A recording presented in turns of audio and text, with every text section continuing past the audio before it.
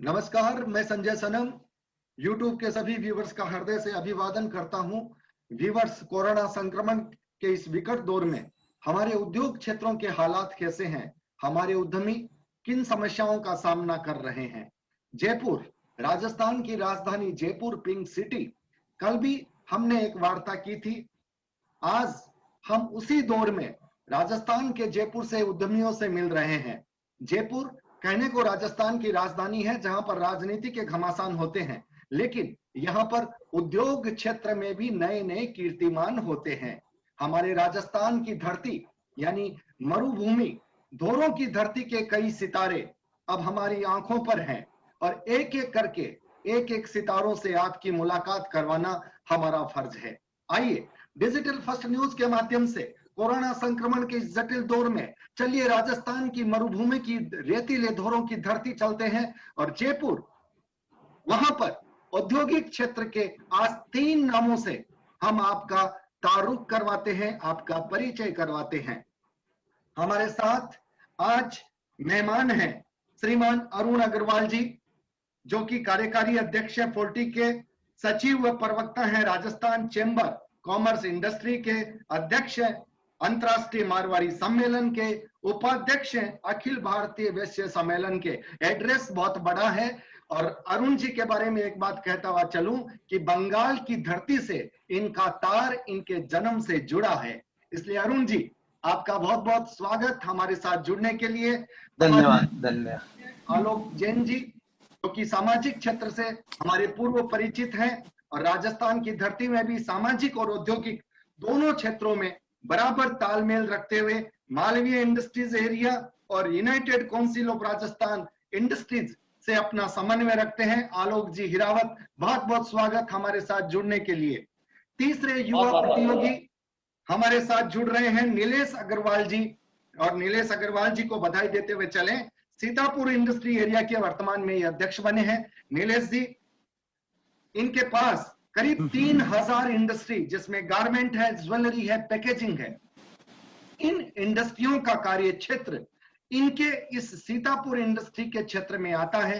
युवा है, बहुत बड़ी उमंगे, बहुत बड़ा जोश और बहुत बड़ा जुनून, और उनके साथ अरुण अग्रवाल जी जैसे प्रबुद्ध व्यक्ति का अनुभव जब साथ में जुड़ता है तो एक बहुत शानदार मैचिंग बनती है। चलिए आज की शुरुआत करते हैं और सबसे पहले हम बात करेंगे नीलेश अग्रवाल जी से। सबसे पहले बात युवा से की जाए और युवा से उससे की जाए जिसको अभी अभी बहुत बड़ा पदभार मिला है, यानी सीतापुर इंडस्ट्रीज एरिया के जो प्रेसिडेंट बने हैं। नीलेश जी, सबसे पहले आपका स्वागत, आपका अभिनंदन, क्योंकि हमारे यहाँ कहा जाता है कि जवा उसे नहीं कहते जो मुश्किलों से घबराए, जवानी उसे कहते हैं जो जमाने से टकराए। यानी जहां पर ऐसा हो कि जहां पर विपरीत परिस्थितियां हो, जवानी वहां टकराती है, वहां के रास्ते को आसान करती है। और कोरोना संक्रमण का यह दौर पूरी दुनिया के लिए बड़ा विषम है। नीलेश अग्रवाल जी,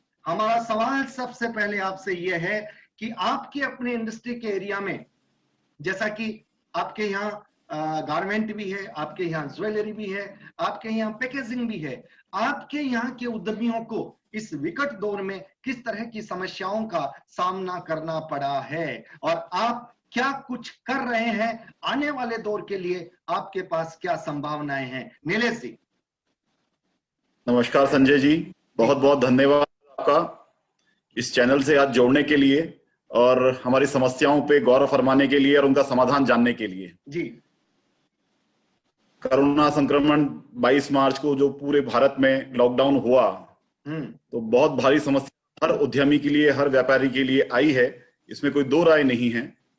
लेकिन जहां तक हम सीतापुरा की बात करते हैं तो सबसे ज्यादा कठिन दौर यहाँ पर जो है वो गारमेंट एक्सपोर्टर्स के लिए है, जो लोकल वेंडर्स के लिए काम करते थे, कपड़े व्यापारी के लिए, ज्वेलरी के लिए बहुत कठिन समय है। क्योंकि आज हमारे वार्डरोब में इतने कपड़े हैं कि अगर हम एक साल भी ना खरीदें तो हमारा काम चल सकता है।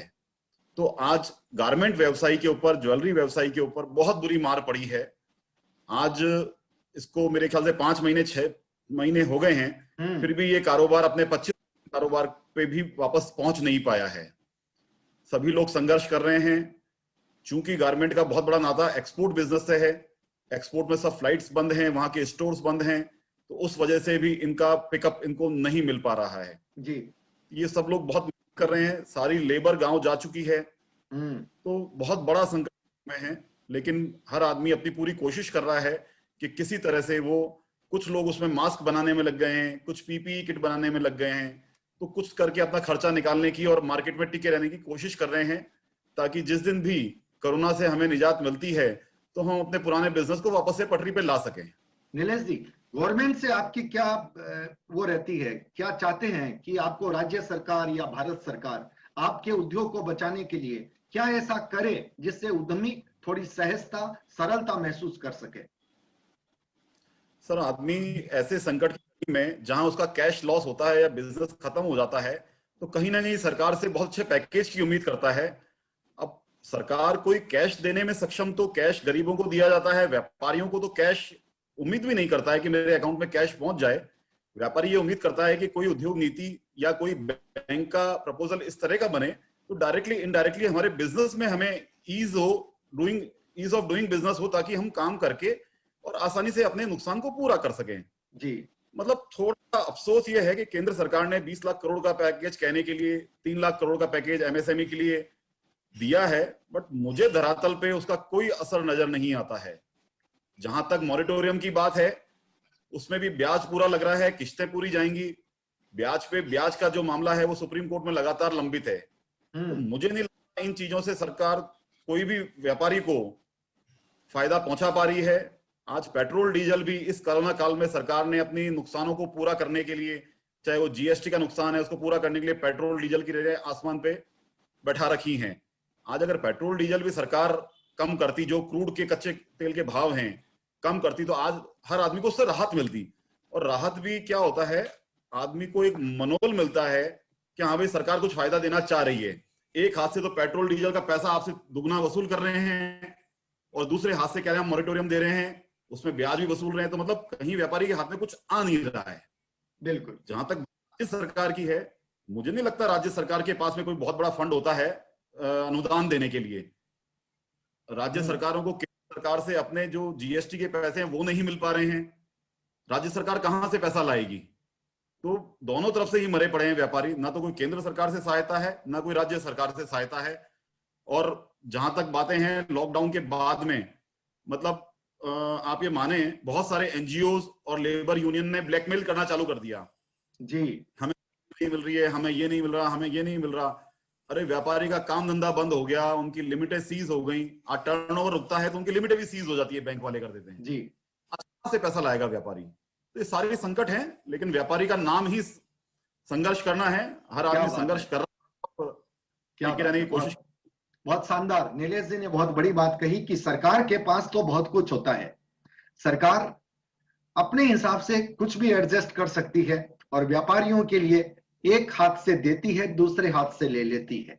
अगर पेट्रोल डीजल के दाम भी सरकार ने ठीक कर दिए होते तो शायद व्यापारी को कहीं ना कहीं किसी रूप में राहत मिलती। और जो पैकेज दिया है वो ऊंट के मुंह में जीरे के समान है, लेकिन व्यापारी का नाम ही अपने आप में संघर्ष का नाम है।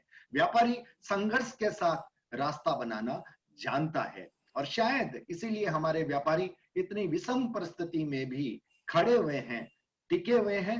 और हम ये मानकर चलते हैं कि आने वाले दौर में यही व्यापारी फिर बहुत तेज गति के साथ उठ खड़े होंगे, इनका व्यापार बहुत तेज गति के साथ चलेगा। लेकिन सरकार के सामने सवाल अब भी खड़े के खड़े हैं। आइए इसी कड़ी में अब चलते हैं एक अनुभवी व्यक्ति के पास।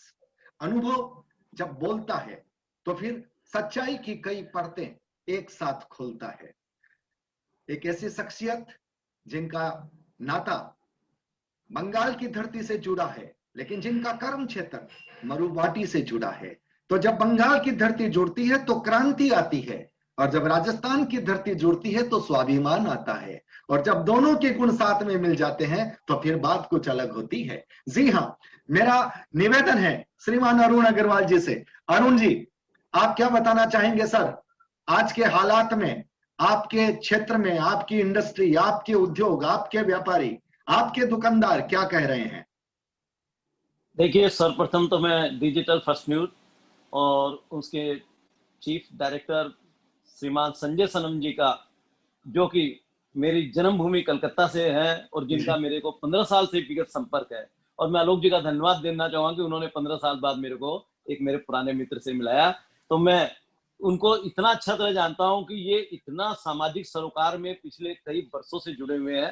15 साल से तो मैं जानता हूं, मालूम नहीं कितने बरस से। और ऐसे समय में, कोविड महामारी के समय में, इन्होंने ऐसा एक जो व्यापार बद से बदतर स्थिति हो चुकी है व्यापार उद्योग धंधों की, ऐसे समय में इन्होंने इस तरह का मैटर, व्यापार उद्योग का मैटर, जो कि मेरे को मालूम है इनका मैटर नहीं है, सामाजिक सरोकार में ज्यादा इनका इंटरेस्ट है और ध्यान हमेशा काम किए हैं, लेकिन इन्होंने उठाया। मैं इसके लिए धन्यवाद देना चाहूंगा। और सर्वप्रथम मैं 1 मिनट आउट ऑफ वे जाके इनके लिए 2 लाइन बोलना चाहूंगा।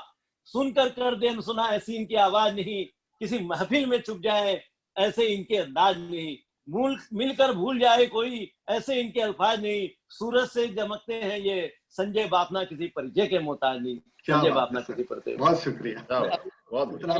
अरुण जी बैठना, एक बात बताऊं, संजय जी बापना महफिल भी सजाते हैं, काव्य पाठ में इनका नहीं है। मेरा परिचय इन्हीं से पहले वही है, यही परिचय है मेरा पहले से। तो बहुत माहिर खिलाड़ी हैं ये, बहुत माहिर है, मेरे को मालूम है। मेरे तो संपत जी सरल मेरे छोटे भाई है, वो शुरुआत में मेरे को इनसे परिचय कराए थे। एनीहाउ, आज के इस मुद्दे पर आते क्योंकि टाइम बहुत लिमिटेड है और ये मेरे को मालूम है। देखिए नीलेश जी हमारे बहुत ज्यादा नॉलेज रखते हैं इंडस्ट्री के बारे में, और काफी कुछ पूरे जयपुर के वो सबसे बड़े इंडस्ट्रियल एरिया सीतापुर और विश्वकर्मा है, उसके आज भी हाल ही नए नियुक्त अध्यक्ष बने, उनको तो पूरे व्यापार उद्योग जगत बधाई है। और वो काफी कुछ अपडेट भी रखते हैं सबको, क्योंकि यूथ है, नॉलेज है, डिजिटल है और सोशल मीडिया पे एक्टिव है। तो इसके अलावा अब ये जो बात बोली, उनके अलावा मैं फिर कुछ बात बोलना चाहूंगा, क्योंकि ये ऐसा मौका है हम भारतवासियों के लिए, पूरे हिंदुस्तान की, क्योंकि वेस्ट बंगाल और कलकत्ता का तो चोली दामन का साथ है। आज कलकत्ता को मिनी राजस्थान ही कहते हैं, कलकत्ता माइनस मारवाड़ी कर दें तो 0 है जी। तो मैं भी चूंकि वहां जन्म लिया, पढ़ा लिखा, वहां 30 साल 26-27 साल वहां रहा हूं, फिर मैं यहाँ शिफ्ट हुआ हूं, तो मेरे को मालूम है। ऐसे में कलकत्ता और आज जो जुड़ाव, ये जो चैनल ये चालू किए, आज जो वार्ता चालू की है, निश्चित रूप से लॉन्ग टर्म में बहुत बड़ा फायदेमंद होगा। और ये महामारी, कोविड महामारी जो ये अभी आई है, ये हमारे भारतवासियों के लिए एक हो सकता है स्वर्ण अक्षर में भी लिखा जाए ऐसा, क्योंकि अभी भी सीईओ वर्ल्ड मैगजीन, यूएस की मैगजीन का आपने सर्वे पढ़ा होगा, उसमें उसने पूरे वर्ल्ड में इंडिया को 5वीं कंट्री का स्थान दिया है व्यापार उद्योग के हिसाब से। और सबसे बड़ी खुशी की बात है कि इंडिया में राजस्थान को फर्स्ट स्टेट उन्होंने बनाया, कि राजस्थान ऐसा माहौल है जहां पहला स्टेट है जहां अपने व्यापार उद्योग कर सकते हैं बिना, क्योंकि इसके लिए मैं राजस्थान की सरकार को धन्यवाद दूंगा। उन्होंने ऐसा एक एक्ट, अभी पिछले सरकार जो आई तब इन्होंने ऐसा एक लागू किया कि हमको जो नए व्यापारी, नए उद्योगपति आएंगे, उनको किसी लाइसेंस की जरूरत नहीं है। वो एक रीजन है इसमें सीईओ मैगजीन में स्थान पाने का, कि वो खाली एक फार्म भर के दे दें और 3 साल तक उनको पूछा नहीं जाएगा, कोई भी डिपार्टमेंट, आप अपना उद्योग करें, अपना धंधा चलाएं। तो इसके लिए मैं राजस्थान सरकार को भी आपके चैनल के माध्यम से धन्यवाद देना चाहूँ जी। दूसरी बात, अभी कल परसों अखबार में पढ़ रहा था मैं, हमारे यहाँ राजस्थान के बारे में, कलकत्ते के अखबार मेरे पास आते हैं लेकिन मैंने नजर नहीं पड़ी, उसमें पूरे इंडिया का सर्वे हुआ है, उसमें वेस्ट बंगाल को 8वां स्थान दिया गया और राजस्थान को 9वां स्थान दिया गया इन्वेस्टमेंट पॉइंट ऑफ व्यू से, इंडस्ट्री लगाने के। तो मेरे को बड़ा खुशी हुई आज इस बात की कि बंगाल में औद्योगिक माहौल खराब हो रहा था, ऐसे समय वेस्ट बंगाल को 8वां और राजस्थान को 9वां, दोनों आपस में देखिए चोली दामन का साथ कैसे चलता है, 8वां 9वां स्थान मिला है। आप सब नीलेश जी और आलोक जी पढ़े होंगे, भास्कर में आया था या पत्रिका में आया, मेरा ध्यान नहीं है। तो ऐसे में ये एक स्वर्णीय अक्षर है। आज जो वर्ल्ड की स्थिति है, चाइना का संबंध पूरे वर्ल्ड से खराब हो चुका है, हमारे यहाँ प्रधानमंत्री आत्मनिर्भर भारत का नारा लगा रखे, मेक इन इंडिया, राजस्थान हमारा मेक इन राजस्थान। ऐसे में ये हमको एक अपॉर्चुनिटी के रूप में भी ले व्यापारी उद्योगपति, लेकिन इसमें हमारी समस्या है। मैं समस्या भी आपके सामने करना चाहूंगा। जैसे कोई भी उद्योग चलाने के पहले नीलेश जी और आलोक जी मेरी बात को समर्थन देंगे, 2 फैक्टर होता है मेन, एक फ्यूल और दूसरा फाइनेंस। आज फ्यूल राजस्थान में अभी कल परसों डाटा आया था, 3रे नंबर पे पूरे देश में है जहां सबसे कॉस्टलीस्ट डीजल पेट्रोल मिलता है। इसके कारण कॉस्ट ऑफ प्रोडक्शन बढ़ जाता है, ट्रांसपोर्टेशन चार्ज बढ़ जाता है, हर चीज का कॉस्ट बढ़ने के कारण राजस्थान के उद्योग धंधे ज्यादा लॉन्ग टर्म में नहीं दौड़ पाते। और दूसरा जो मैं बोला था फाइनेंस वाला, फाइनेंस आज ऐसी स्थिति हो गई, अभी 20 लाख करोड़ का पैकेज मिला सेंट्रल गवर्नमेंट से, 3 लाख करोड़ का उसमें एमएसएमई को ही मिला, लेकिन किसको मिला? धरातल पे जो नीलेश जी बोल रहे हैं, कुछ भी नहीं है। आज किसी भी आप बैंक में जाएंगे, कोई कुछ भी नहीं है, कोई लेना देना नहीं है। कुछ नेशनलाइज बैंक जरूर कर रही है, बाकी कहीं कुछ इसका कोई लेखा जोखा नहीं। दूसरी बात, बैंक के जो रेट ऑफ इंटरेस्ट है, आज ये बोलते हैं आत्मनिर्भर भारत लाएंगे, और रिवर्स रेपो रेट जो है उस पर जब तक ये लोन का इंटरेस्ट नहीं लाएंगे जो 4% 5% के अंतर में रहता है। आज ये लोन देते हैं उद्योगपतियों को 9% 10% नीचे देते नहीं है। आज एफडीआर पे आप कितना रेट दे रहे हैं? 5%, 5.5%, सब रेट डाउन कर दिए।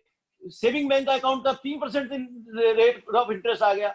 और तो रिवर्स रेपो रेट में जब तक इंटरेस्ट को लोन को नहीं करेंगे, जब तक भारत का ये उद्योग धंधा लॉन्ग टर्म में कंपीट नहीं कर पाएगा पूरे अंतरराष्ट्रीय स्तर पर, तभी ये आत्मनिर्भर भारत बनेगा।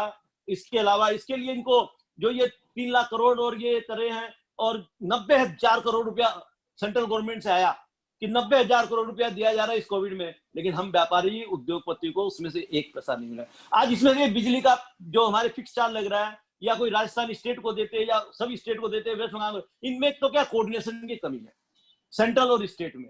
जब तक ये कोऑर्डिनेशन कमेटी नहीं बनाएंगे, जब तक स्टेट और सेंट्रल का आपस में, अब रूलिंग पार्टी का तो विरोध करते नहीं है, क्योंकि वहां तो जो है ठीक है, इनको तो यस मैन करना। मैं देखिए आपके चैनल के मार्फत सत्य बात बोलना चाहूंगा, वहां तो ये जो रूलिंग स्टेट सेंट्रल का है और रूलिंग स्टेट का है, तो वहां तो कोई बोले, लेकिन जो एंटी सेंटर गवर्नमेंट स्टेट है, वो सारा बात एक्चुअल में जैसे हम राजस्थान में फील करते रियलाइज करते हैं, वेस्ट बंगाल में भी आप रियलाइज करते होंगे। ऐसे समय में इनको कोऑर्डिनेशन कमेटी बनानी पड़ेगी, जिसके कारण सेंट्रल स्टेट का रिलेशन आपस में सही रहे। आत्मनिर्भर भारत तभी, इनको आत्मनिर्भर के लिए फैसिलिटेशन सेंटर बनाना पड़ेगा, इनको ये सर्वे करना पड़ेगा। ये नहीं होगा कि एक दिन में आत्मनिर्भर और मेड इन इंडिया हो गया, ये एक दिन में कुछ संभव नहीं है। आज इंडिया चाइना पे बहुत ज्यादा डिपेंड करता है।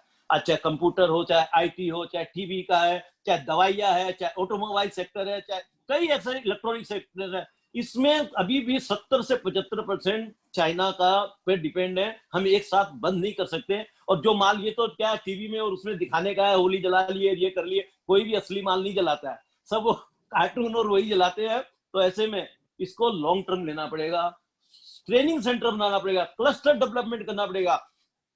ब्यूरोक्रेट जो है उनको अपनी जो भावना है, जो आज तक वो आदेशात्मक देते आए, आईएएस या कोई भी जो बड़े अधिकारी हैं, हमने जो ऑर्डर कर दिया वो फाइनल है, अब वो जमाना से नहीं चलने वाला है।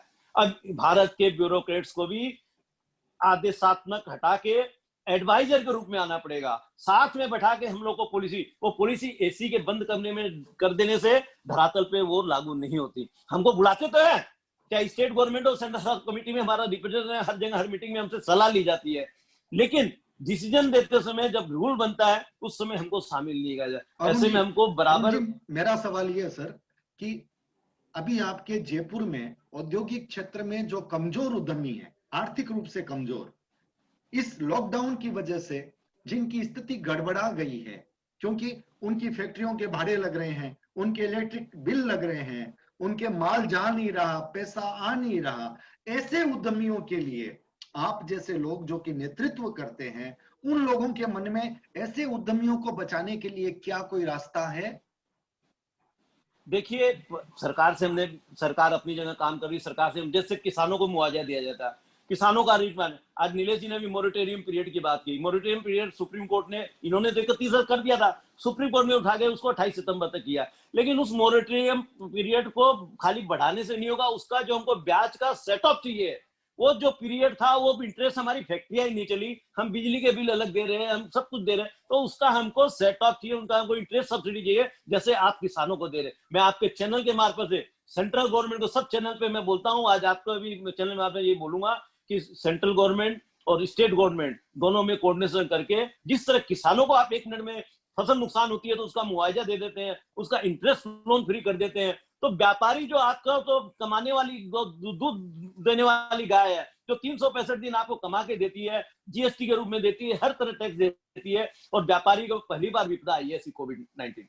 तो ऐसे समय में दोनों सरकारें, चाहे सेंट्रल हो चाहे स्टेट हो, उसको मिलके उसको इस तरह का मोरेटोरियम पीरियड, ये हो सकता है 28 सितंबर के बाद हो सकता है ये नहीं बढ़ाए, लेकिन मोरेटोरियम पीरियड से हमको कुछ नहीं होने वाला जब तक हमको इंटरेस्ट सब्सिडी मिलेगी, जब तक हमको हमारा लोन जो है अभी जो एनपीए के करीब इकाइयां पहुंचने के लिए तैयार हो गई, कई इकाइयां, उनको देखना पड़ेगा। आप जो 3 लाख करोड़ रुपए में दिए हैं उसको तो नए लोन के लिए दे रहे हैं, पुराने जो है हमारे जो ऑलरेडी एग्जिस्टिंग लोन होल्डर है, जो सीसी लिमिट है या वर्किंग कैपिटल है, उनके लिए आप क्या कर रहे हैं, उनका रिस्ट्रक्चर करना पड़ेगा, उनका रीशेड्यूल करना पड़ेगा, उनको दोबारा से चला, क्योंकि पेट की आस छोड़कर गोद की आस छोड़कर गोद की आस करना तो बा मारवाड़ी में आपने कहावत है। तो जो धंधो चल रहा है, जो अभी उद्योगपति है, अपने को पूरे चाहे राज्य हो चाहे पूरे देश में, उनको बचाना पड़ेगा, तभी आगे की कार्रवाई होगी। आपने बहुत अच्छी बात कही। इसके अलावा मेरा सवाल यह बनता है, आलोक जी आपके पास आ रहा हूं मैं, मेरा सवाल यह बनता है, जब मैंने कल परसों भी एक परिचर्चा की थी, एक मिनट और ले लो संजय जी। जी अरुण जी। इसमें हाँ, मैं लास्ट में अपनी बात, चूंकि बात समय का मेरे को मालूम है, फिर भी मैं ये कहना चाहूंगा आपके चैनल के मार्ग, मुश्किलों को रोजना आओ अपना अंदाज कर ले, कल कभी आता नहीं आज ही आगाज कर ले, एक संकल्प लाओ हम जाबाज कर ले, 2 गज की दूरी और मास्क लगाकर कोरोना को भगाएंगे, कोरोना से जंग जीतेंगे।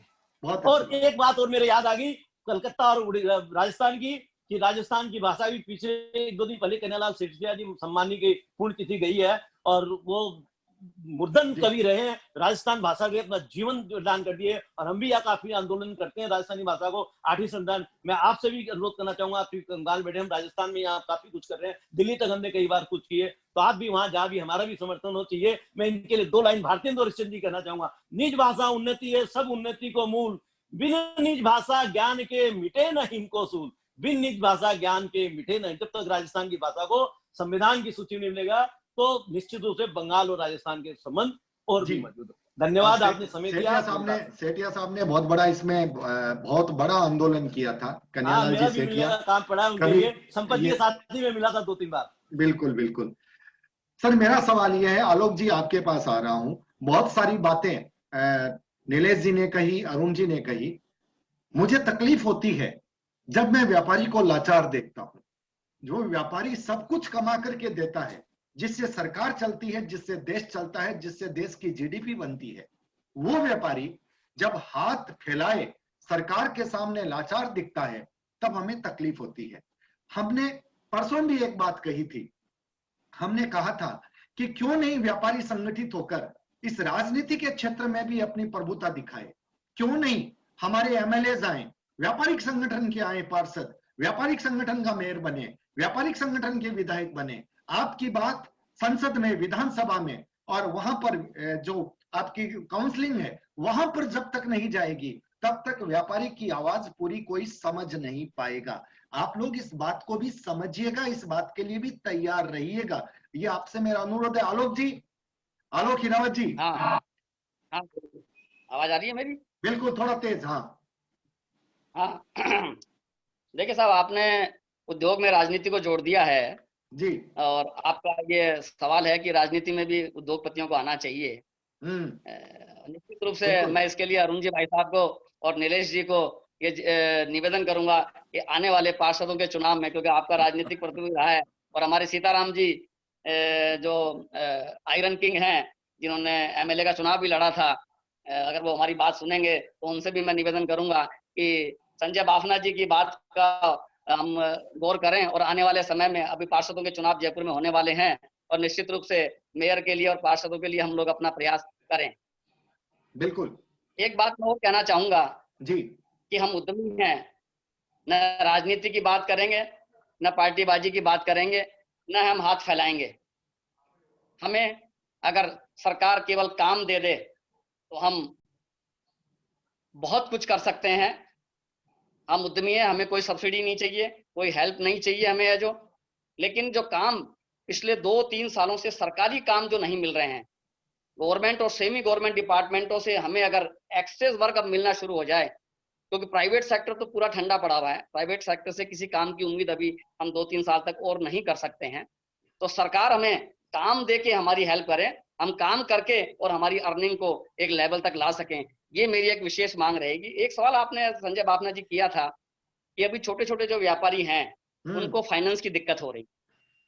कोरोना के बाद में, ये बात नीलेश जी और अरुण जी भाई साहब को भी पता होगा कि लगभग सभी काम कैश पे होने लग गए हैं। तो छोटे नहीं, बड़े व्यापारियों को भी दिक्कत होने लग गई है, जिन्हें पहले बड़े बड़े कारखाने वाले 10 लाख, 20 लाख, 50 लाख कोई लिमिट नहीं थी, चाहे जितना माल आप उनसे उधार ले लें मिल जाता था।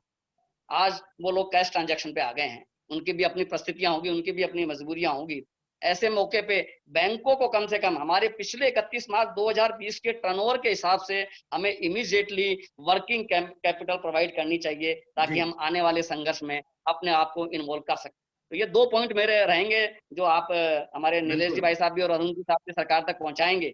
एक बात मैं और कहना चाहूंगा, मेरा हमेशा संजय जी को पता है कि सामाजिक सुधार, और उसके साथ साथ में अरुण जी को और नीलेश जी को पता है औद्योगिक सुधार भी होना चाहिए। इसके लिए जयपुर में ही नहीं, पूरे भारत में हम लोगों को एक होना पड़ेगा। मैं भी केवल जयपुर के संदर्भ की बात करूंगा। आज के पैनल में अरुण जी अग्रवाल साहब, नीलेश जी, जो राजस्थान उद्योग और व्यापार के बहुत बड़े नाम हैं और उद्योगों की समस्याओं को उठाने में दोनों का सराहनीय कार्य रहा है। और नीलेश जी के नाम से तो सरकारी विभागों में कंपन सा पैदा हो जाता है। मैं चाहूंगा चलिए, बहुत बड़ी बात है, अच्छी बात है। करने का, अगर ये किसी ऑफिस में चले जाएं तो एक बार के लिए तो समझ लीजिए वहां पूरा डिपार्टमेंट हिल जाता है, और ऐसे व्यक्तित्व की बहुत जरूरत है आज की तारीख में। मैं तो चाहूंगा कि जो हम जयपुर के जो हम पुराने लोग हैं, जिन्होंने 20 साल पहले एक बहुत बड़े आंदोलन में हम लोग जुड़े थे, जिसमें हमारे जगदीश जी सोमानी जी, ताराचंद जी चौधरी जी, सुभद्रा पापड़ीवाल जी और सीताराम जी जैसे उद्यमी वापस एक मंच पे आए और हम सरकार से अपनी वाजिब डिमांड, वाजिब तकलीफों को दूर करवा सकें। इस प्रयास के लिए मैं निवेदन करूंगा आपके चैनल के माध्यम से पुनः नीलेश जी अग्रवाल को और अरुण जी अग्रवाल साहब। बहुत बड़ी बात है, आपने बहुत शानदार अपील की है। औद्योगिक सुधार और एकता, बिना एकता के कुछ नहीं हो सकता। जब व्यापारी किसी भी धर्म जात का हो, उसकी जाति सिर्फ व्यापारी है, वो उद्यमी है, और उद्यमी के मंच पर अगर आप सब एक आ जाएंगे तो मैं आपको विश्वास देता हूं कि अभी आपके जयपुर में जो पार्षद के या जो चुनाव होने हैं, दोनों पार्टियों के मन में ये डर हो जाएगा कि ये लोग हमारे वोट काटेंगे और हमको जीतने भी देंगे या नहीं जीतने देंगे। आप लोग वो सिहरन पैदा कर दीजिए, वो हलचल पैदा कर दीजिए। मांगने से तो मौत भी नहीं मिलती और बिना रोए तो मां भी दूध नहीं देती, हमारे यहाँ एक कहावत है। इसलिए हमारा हक है, अगर मांगने से नहीं दे तो फिर छीन लेना चाहिए। ये क्रांति की आवाज है।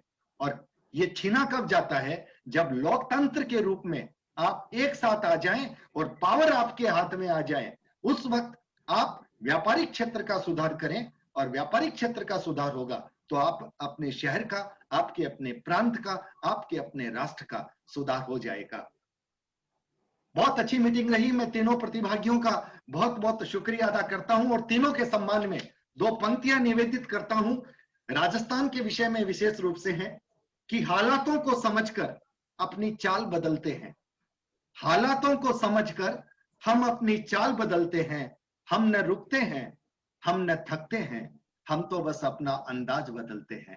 हम न रुकते हैं, हम न थकते हैं, हम तो बस अपना अंदाज बदलते हैं। आज के इस चैनल के हमारे श्रीमान अरुण जी अग्रवाल जी, भाई नीलेश साहब, मेरे भाई साहब आलोक हिरावत जी, और आलोक जी की वजह से मैं अरुण जी तक पहुंचा और नीलेश जी तक पहुंचा।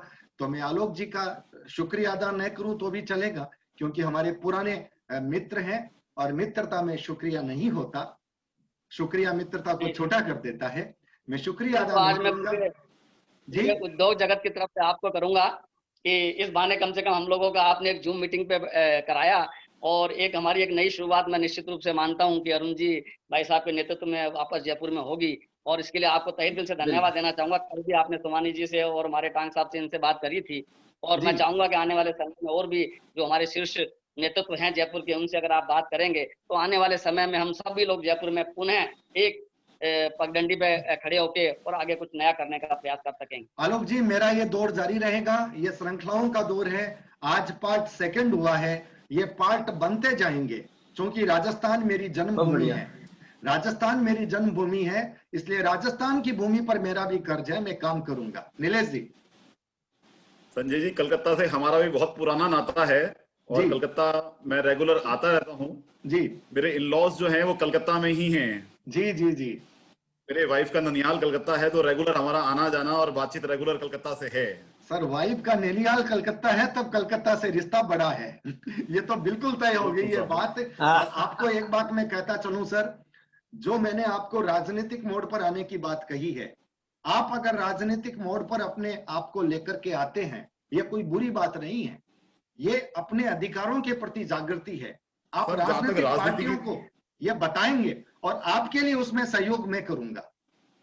सर, पार्षद की जहां तक बात है, ये तो ऑफर हमें 8 साल पहले मिल चुका था। निर्माण नगर जो हमारा वार्ड है, सर आप वहां से सर नीलेश जी, मैं सिर्फ आपके लिए नहीं कह रहा हूं, मैं चाहता हूं पूरा हाँ, बोर्ड आपका बने, बोर्ड में बिल्कुल सरकार आना चाहिए। आपकी बने। लेकिन क्या क्या होता है सर, व्यापारी वर्ग जैसे ही राजनीति में उतरता है तो विपक्षी पार्टी और कई तरह से वो निशानों पे आ जाती है। आज वही व्यापारी आगे जा सकता है जिसको अपने व्यापार को हाशिए पे खड़ा रखने का दम हो कि नहीं होगा, जो देखा जाएगा, वही आगे राजनीति में सरवाइव कर सकता है। सर मैं एक बात बताऊं, सारे लोग नहीं जाएंगे। अगर आपके 10 लोग भी चले जाएंगे और उन 10 भाइयों की जिम्मेदारी आप ले लेंगे तो आपका काम हो जाएगा। आपकी आवाज उठनी चाहिए, आपकी आवाज पिच पर उठनी चाहिए। गेंद पिच पर आएगी तभी तो नहीं, बिल्कुल बिल्कुल। अरुण जी से अपील करता हूं, अरुण जी कुछ करेंगे तो नहीं, पिछली बार तो हमने एक एमएलए का चुनाव लड़ाया था हमारे विद्यानगर क्षेत्र से, सीताराम जी अग्रवाल को कांग्रेस से टिकट मिला था। ऐसे कई व्यापारियों को मिलता भी है। पार्टी कोई नहीं होनी चाहिए सर, मैं आपसे एक बात कहूं, न तो बीजेपी होनी चाहिए न कांग्रेस होनी चाहिए, आपका औद्योगिक क्षेत्र ही पार्टी होना चाहिए। औद्योगिक क्षेत्र व्यापार मंडल के मंच पर लड़िएगा। क्या है राजस्थान में बड़ा सही बात है, 2 ही पार्टी यहाँ चली आज तक आजादी के बाद, क्या है कांग्रेस, थर्ड मोर्चा कभी नहीं बन पाया यहाँ।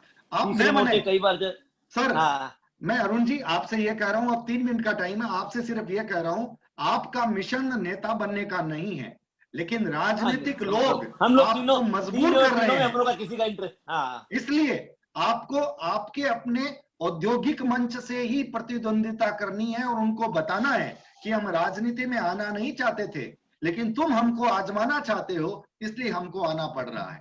मैं आपसे ये दरखास्त कर रहा हूं, कोई पार्टी में नहीं जाना है।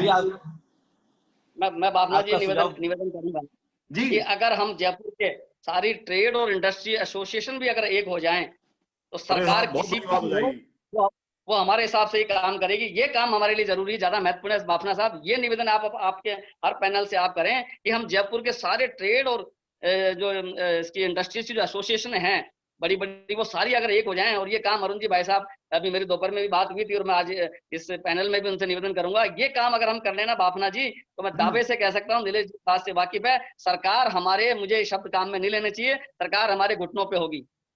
जी बिल्कुल। लॉकडाउन में हमने एक ग्रुप बनाया है, ये मेरा आइडिया था, मैंने सुरेश जी को फोन किया और एक जैक करके बनाया, जॉइंट एक्शन कमेटी जी। सुरेश उसको 1 ही मिनट में उन्होंने अडॉप्ट कर लिया और ग्रुप बना दिया। जॉइंट एक्शन कमेटी जो बनी है उसमें तकरीबन सारी एसोसिएशंस शामिल हो गई हैं। उन सारे को मैं ही जोड़ा, उस ग्रुप को मेरे बनाने वाला मैं ही हूँ। बिल्कुल आपने बनाया है, सारे प्रेसिडेंट सेक्रेटरी को लेकर ये आइडिया हमारे दिमाग में जब आया, मैंने कहा हर एसोसिएशन सरकार से अलग बात कर रही है, अलग अलग मंच पे बात कर रही है, व्यापारी वर्ग अलग बात कर रहा है, क्यों नहीं हम एक जॉइंट एक्शन कमेटी बनाए। तो वो इतना नाम मेरा ही दिया हुआ है, जेसी। पहले 2-3 नाम जॉइंट एक्शन कमेटी, हाँ, वो फिर मैं जेसी लास्ट में नाम। मैंने रात को जिस दिन ये दिमाग में आइडिया, रात को 9:30 बजे मैंने सुरेश जी को फोन किया, 40 के अध्यक्ष, मैंने कहा भाई साहब ये दिमाग में आइडिया, वो नीलेश जी बहुत बढ़िया आइडिया है, इसको इम्प्लीमेंट करते हैं, बढ़िया आइडिया है। लेकिन वो कितना वर्किंग कर पाती है, ये हमने भी, अरुण जी भाई साहब को पता है, 15 साल पहले आपको भी पता है, एक संगठन बनाया था, लेकिन आज वो क्या वर्किंग कर रहा है, आपका हमारा सबका संगठन बनाया। हमने बहुत सारे लेटर यूकोरी बनाया है, वो राजनीति की शिकार है, वो मतलब वो आलोक जी, मैं कुछ कहना। आलोक जी, तकलीफ बात ये होती है कि जब रास्ते आसान होते हैं तब लोग अलग अलग चलते हैं, लेकिन जब रास्ता जटिल होता है तब विरोधी विचारधारा के लोग भी एक साथ चलने को मजबूर होते हैं, क्योंकि उनका भी स्वार्थ होता है।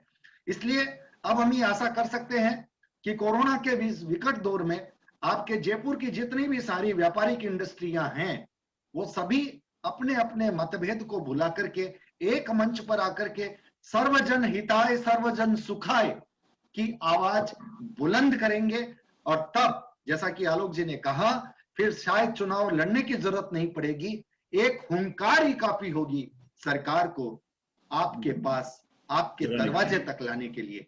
चलिए, आप सब का बहुत बहुत शुक्रिया अदा करता हूं, हमारा टाइम तकरीबन पूरा हो गया है, आप सबने अपना वक्त दिया, इसके लिए बहुत बहुत शुक्रिया। व्यूअर्स, ये तीनों सितारे जयपुर गुलाबी नगरी से। और ये दौर हमारा जारी रहेगा। हम नए नए नाम, नए नए चेहरे, नए नए सितारों को आपके सामने राजस्थान की धरती से लेकर के आएंगे। व्यूअर्स, आपसे अनुरोध है कि वीडियो को लाइक कीजिएगा, शेयर कीजिएगा। चैनल पर अगर नए आए हैं तो सब्सक्राइब करना मत भूलिएगा, बेल बटन को दबा दीजिएगा। डिजिटल फर्स्ट न्यूज को आप ज्वाइन भी कर सकते हैं। बहुत बहुत आभार, नमस्कार। बहुत बहुत धन्यवाद। धन्यवाद।